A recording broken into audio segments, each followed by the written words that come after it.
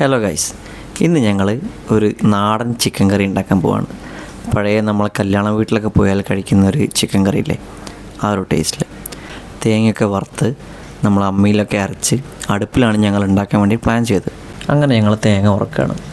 ആദ്യം ചീഞ്ചട്ടിയിൽ കുറച്ച് വെളിച്ചെണ്ണ ഒഴിച്ച് അതിലേക്ക് പട്ട, ഗ്രാമ്പൂ, പെരിഞ്ജീരകമൊക്കെ ഇട്ട് ആവശ്യത്തിന് തേങ്ങയും ആഡ് ചെയ്തിട്ട് കുറച്ച് കുരുമുളകും കറിവേപ്പിലയും കൂടെ ആഡ് ചെയ്ത് നന്നായിട്ട് വറുത്തെടുത്ത് അങ്ങനെ കുറച്ച് കഴിഞ്ഞാൽ ഒരു ബ്രൗണിഷ് കളറായിട്ട് വരും.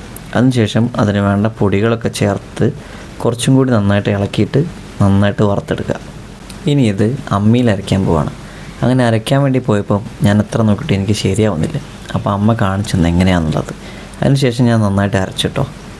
അങ്ങനെ ആ മസാലയൊക്കെ നന്നായിട്ട് അരച്ചെടുത്ത് അതിൻ്റെ കൂടെ കുറച്ച് ഇഞ്ചിയും വെളുത്തുള്ളിയും കൂടി റെഡിയാക്കി എടുത്ത് പിന്നെ ഞങ്ങളിത് അടുപ്പിൽ വെക്കാനിരുന്ന് ആദ്യം പ്ലാൻ ചെയ്തത്.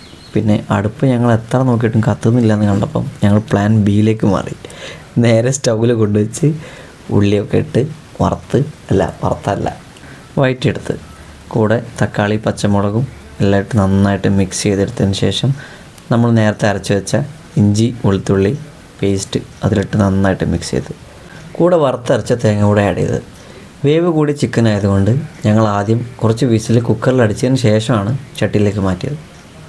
അടച്ചു വെച്ച് ചട്ടിയിൽ കുറേ നേരം നന്നായിട്ട് വേവിച്ചെടുത്ത് അതിനുശേഷം തുറന്നു നോക്കിയപ്പോൾ നല്ല അടിപൊളി ചിക്കൻ കറി. അങ്ങനെ ഞങ്ങളെല്ലാവരും കൂടി കഴിച്ചു. എല്ലാവർക്കും നന്നായിട്ട് ഇഷ്ടപ്പെട്ടു. നിങ്ങൾക്കും ഇഷ്ടപ്പെട്ടെങ്കിൽ നിങ്ങളൊന്ന് ട്രൈ ചെയ്ത് നോക്കൂ.